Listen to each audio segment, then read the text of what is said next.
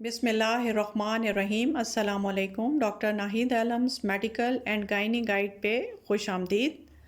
آج کا ہمارا موضوع ہے رمضان میں ہونے والی ڈی ہائیڈریشن کی اہم علامات اور وجوہات۔ جیسا کہ آپ جانتے ہیں کہ ہمارے جسم میں 70% تک پانی ہوتا ہے اور ہمارے چست و چوبند رہنے کے لیے جسم میں اس پانی کا توازن برقرار رہنا بہت ضروری ہوتا ہے۔ توازن کا مطلب ہے کہ جتنا پانی ہمارے جسم سے ضائع ہو جائے اتنا ہی پورا کرنے کی ضرورت ہوتی ہے تاکہ ہم اپنے روزمرہ کے کام کاج بخوبی جاری رکھ سکیں۔ مگر جب ایسا ہو نہ پائے اور ضائع ہونے والے پانی کی مقدار زیادہ ہو جائے تو نہ صرف بہت سی پیچیدگیاں جنم لیتی ہیں بلکہ یہ جان لیوا بھی ثابت ہو سکتا ہے۔ پانی کی اس کمی کو ڈی ہائیڈریشن کہتے ہیں، جس میں نہ صرف جسم میں پانی بلکہ نمکیات کی بھی کمی ہو جاتی ہے۔ آئیے اب دیکھتے ہیں ڈی ہائیڈریشن کی علامات کیا ہوتی ہیں۔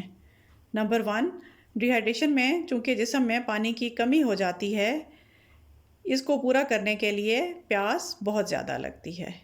نمبر 2، پیشاب کم آتا ہے اور گاڑھے سے پیلے رنگ کا ہوتا ہے کیونکہ پانی کی کمی کی وجہ سے ہمارا اندرونی سسٹم زیادہ پانی کو جسم سے نکلنے نہیں دیتا۔ نمبر 3، بہت زیادہ تھکاوٹ محسوس ہونا اور بہت زیادہ کمزوری ہو جانا۔ شدید کمی کی صورت میں یہاں تک کہ چلنے پھرنے کی بھی ہمت نہیں رہتی۔ نمبر 4، ہونٹ اور جلد بالکل خشک ہو جاتے ہیں، گلا خشک ہو جاتا ہے اور اس وجہ سے بولنے میں بھی دقت ہو سکتی ہے۔ نمبر 5، اس کے علاوہ بیزاری سی بھی ہو جاتی ہے، جسم میں کپ کپی بھی ہو سکتی ہے۔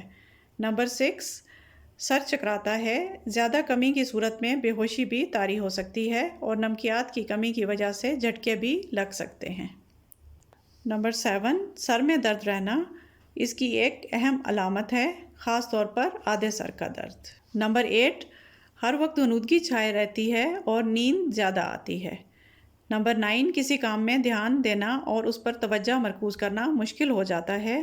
نمبر 10، دل کی دھڑکن تیز محسوس ہوتی ہے اور سانس کی رفتار بھی تیز ہو جاتی ہے۔ نمبر 11، کبھی کبھار چڑچڑاپن بھی ہو سکتا ہے۔ نمبر 12، پانی کی کمی کی وجہ سے عموماً قبض بھی ہو جاتی ہے۔ نمبر 13، سلائیوا یعنی تھوک نہ بننے کی وجہ سے منہ سے بدبو بھی آتی ہے۔ نمبر 14، جوڑوں، پٹھوں اور گردن میں درد اور کھچاؤ محسوس ہوتا ہے اور پٹھے اکڑ جاتے ہیں۔ نمبر 15، ذہنی الجھن یعنی کنفیوژن ہونا شروع ہو جاتی ہے، یہاں تک کہ انسان بے موقع اور الٹی سیدھی باتیں بھی کرنا شروع کر دیتا ہے۔ اب جانتے ہیں ڈی ہائیڈریشن کی وجوہات کیا ہو سکتی ہیں۔ نمبر 1، بہت زیادہ الٹیاں آنے کی صورت میں جسم میں پانی اور نمکیات کی کمی ہو جاتی ہے، جس وجہ سے ڈی ہائیڈریشن ہو سکتی ہے۔ نمبر 2، اگر موشن لگے ہوئے ہوں تب بھی ہمارے جسم کا کافی پانی ضائع ہو جاتا ہے اور ڈی ہائیڈریشن ہو سکتی ہے۔ نمبر 3، بہت زیادہ پسینہ آنا۔